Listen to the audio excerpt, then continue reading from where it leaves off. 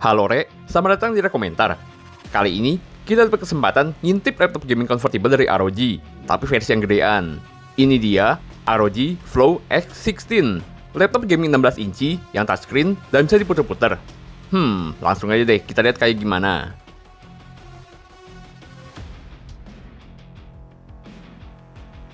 ROG Flow X16. Secara umum, laptop ini masih mirip-mirip kayak ROG Flow X13 yang sebelumnya udah pernah kita review. Bedanya dilebarin aja ini buat yang ngerasa kekecilan kalau cuma 13 inci. Kalau versi Flow X13 kerasa portable banget buat laptop gaming, menurut kita X16 nggak segitunya sih.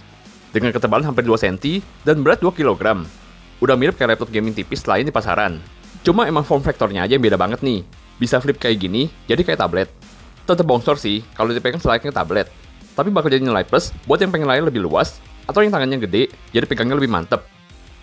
Apalagi, didukung layar 16 inci dengan teknologi ROG Nebula Display yang cakep banget. Layarnya resolusi QHD+, dengan rasio 16:10 untuk ruang kerja yang lebih luas, serta berasa imersif dengan bezel layar yang tipis dikemas isinya. Di atasnya, ada kamera HD, dan di bawahnya ada tulisan ROG Flow.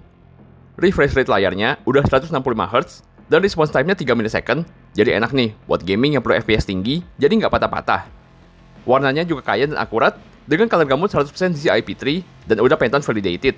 Jadi udah mantep nih, baik buat multimedia, kayak nonton film, atau buat ngedit foto video juga the best. Makin enak lagi, buat kalian yang seneng gambar, soalnya udah touchscreen dan support stylus. Ditambah juga, layarnya ini yang bisa diputar sampai 360 derajat. Jadi bisa kalian atur, pengen posisi kerja kayak gimana. Bisa model laptop kayak biasa, mode berdiri, tenda, hingga jadi kayak tablet.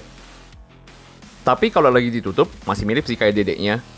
Warnanya off black atau abu-abu gelap dengan motif garis-garis diagonal. Di luarnya, nggak ada RGB nyala-nyala kayak di kebanyakan laptop gaming. Berasa gamingnya paling pojokan aja, yang ada logo ROG, serta tulisan Republic of Gamers. Walaupun secara desain terkesan kalem, tapi tenaga di dalamnya nggak main-main nih. ROG Flow X16 ini didukung prosesor AMD Ryzen 6000 series terbaru, serta kartu grafis GeForce RTX. RAM-nya juga udah DDR5, SODIMM Dual Channel, jadi bisa diganti. Ada beberapa varian untuk laptop ini yang dipasarkan di Indonesia. Tapi buat unit yang kita pegang ini, didukung Ryzen 7 6800HS dengan 8 core dan 16 thread. Prosesor ini udah pakai arsitektur Zen 3 Plus dan fabrikasi 6 nanometer, yang AMD klaim bikin prosesornya nggak cuma kenceng, tapi juga hemat daya kalau dibandingkan kompetitornya yang selevel. Unit ini juga pakai GPU RTX 3050 Ti yang bisa diandelin buat mainin kebanyakan game ataupun support buat kalian yang sering edit konten. Sayangnya kita belum sempat tes performanya seberapa kenceng. Padahal kita penasaran banget nih. Kalau di review Flow X13, kita concern soal sistem pendinginnya yang kerasa kurang karena bodinya yang sekecil itu, jadi panas banget dan kadang throttling. Kali ini seri Flow X16, sistem coolingnya bisa lebih memadai. Bahkan di sini ada 3 kipas dan 5 heat pipe. Penasaran kan seberapa bagus sistem pendinginnya buat ngedorong performanya? Sekaligus seberapa kencang suara kipasnya secara ada 3 gini. Asus juga bilang nih, kalau performa sama pendinginannya bakal lebih maksimal kalau dipakai di mode tenda kayak gini, soalnya udara panasnya bakal langsung dibuang ke atas.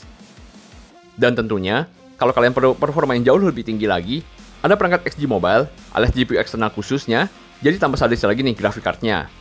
Tinggal colok aja ke port khususnya ini, langsung deh ngebut. Untuk seri tahun 2022 ini, XG Mobile hadir dengan GPU AMD Radeon RX 6850M XT dengan adapter hingga 330 Watt.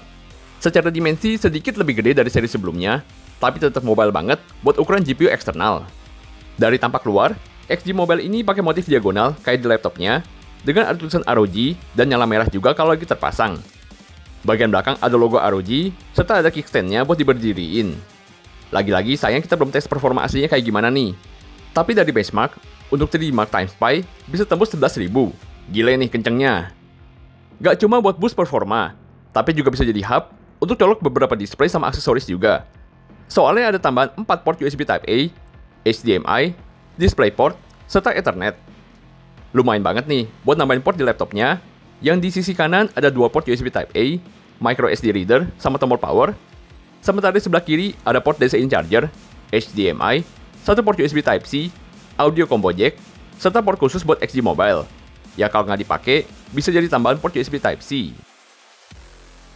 Untuk keyboardnya, pakai model kayak di Zephyrus M16 dengan full RGB tanpa numpad. Touch keyboardnya dengan travel key 1,7 mm, jadi kerasa tactile nih buat ngetik, terutama buat gaming, biar kerasa ada feedbacknya. Ada 4 tombol makro juga di atas yang bisa diatur fungsinya, dan karena keyboardnya nggak full dari ujung ke ujung, jadi di bagian samping keyboardnya masih ada ruang buat tweeter nih, buat komplement speakernya yang di bawah.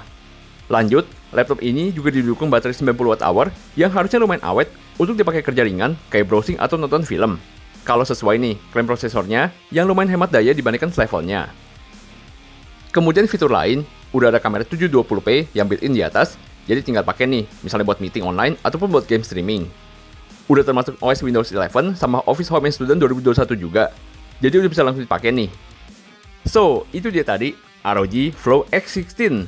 Sekilas dari lihat-lihat sampai pegang sebentar, laptop ini tetap unik banget sih. Spek gaming, 16 inci, tapi convertible bisa di flip. Buat kalian yang lagi nyari laptop gaming, tapi yang convertible sekaligus portable, menurut kita agak kegedean sih. Lebih pas yang Flow X13. Tapi tunggu deh, kita tes lebih detail. Apa layar gede yang lebih cakep ini bisa ngubah persepsi kita. Gitu juga sistem pendinginnya yang diperbaharui, hal yang menurut kita jadi kekurangan dari seri DD-nya yang lebih kecil. Jadi stay tune aja ya. Sementara silahkan like, subscribe kalau konten bermanfaat. Sampai jumpa di video selanjutnya. Tetap jaga kesehatan, dan adios.